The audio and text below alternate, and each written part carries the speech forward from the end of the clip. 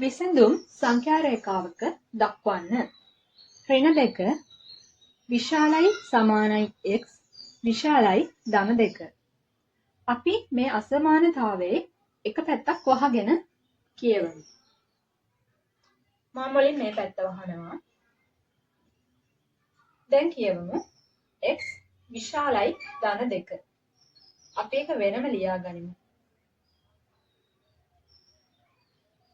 x විශාලයි ධන 2.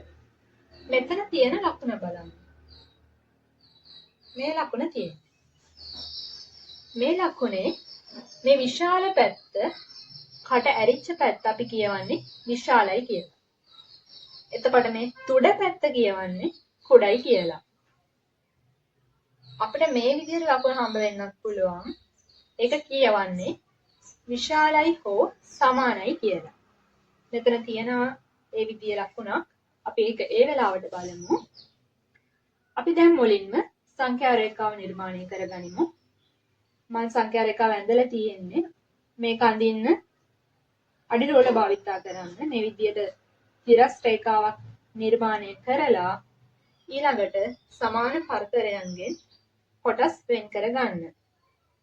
සාමාන්‍ය centimetre එකක් වගේ පරතරයක් තියාගන්න. අපි දැන් මැදින් දානවා බිඳුව. බිඳුවෙන් දකුණු පැත්ත.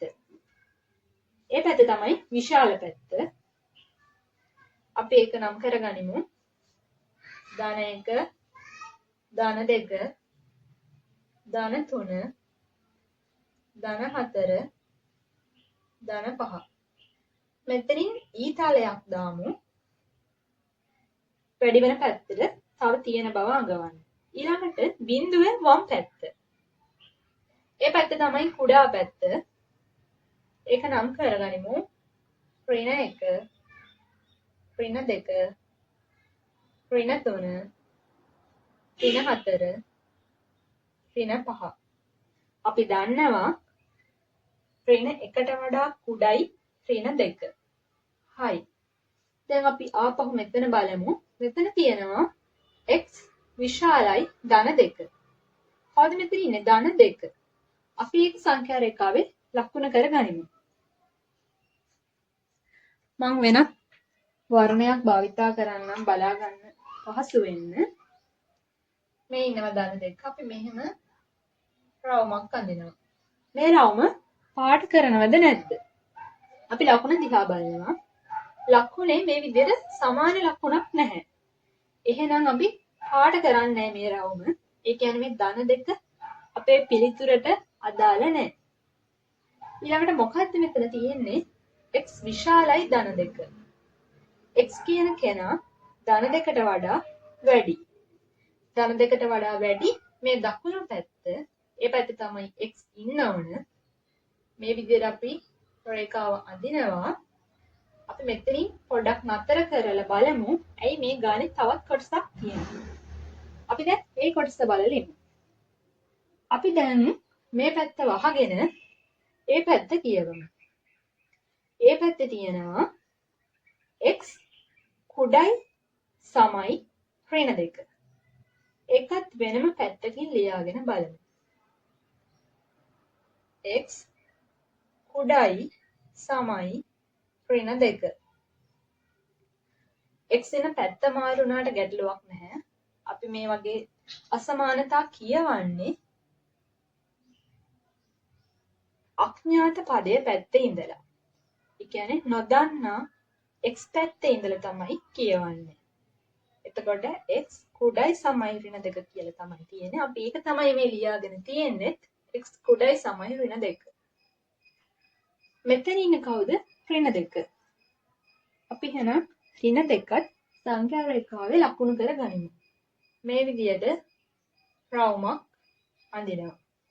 ඒ රවුම පාට කරනවද නැද්ද? බලමු ලකුණ දිහා. ලකුණේ ඉන්නවා සමානයි කියන කෙනත්. එහෙනම් අපිට මේ ඍණ 2ත් උත්තරයට ගන්න වෙනවා. ඒ කියන්නේ මේ රවුම පාට කරන්න වෙනවා. අපි මේ විදිහට රවුම ඇතුළ පාට කරගන්නවා. x කුඩයි සමයි ඍණ 2. x කියන කෙනා ඍණ දෙකට වඩා කුඩයි හෝ සමයි. ඍණ දෙකට වඩා කුඩා එයාගේ වම් පැත්තේ අය. එහෙනම් x ඉන්න ඕන මේ පැත්තේ. අපි මේ පැත්තට රේඛාවක් අඳිනවා. මේ සංඛ්‍යා රේඛාව මතම අපි ඒකත් මගින් නතර කරලා පොඩ්ඩක් බලමු. දැන් මේ ගානේ කොටස් දෙකක් අපි වෙන වෙනම සැලකුවානේ. නමුත් මේ දෙන්න එකිනෙකට බලපෑමක් වෙන්නේ නැහැ. අපිට එහෙනම් මේක මේ පැත්තට දිගටම අඳින්න පුළුවන්. මේ ඊ තලයක් දානවා මෙතනින්. ඒ කියන්නේ මේ පැත්තට තවත් අගයන් තියෙන අගයන් මේ පිළිතුරට ගන්න පුළුවන් කියන එක අඟවන්න. මේකත් මේ පැත්තට මෙහෙම දික් කරලා මෙතනනොත් ඊතලයක් දානවා. ඒ කියන්නේ මේ පැත්තට තව ඉදිරියට තියෙන අගයන් මේ පිළිතුරට අදාළයි කියන තමයි ඒ විදිහට ඊතල දෙකක් දෙපැත්තෙම අපි දාන්නේ.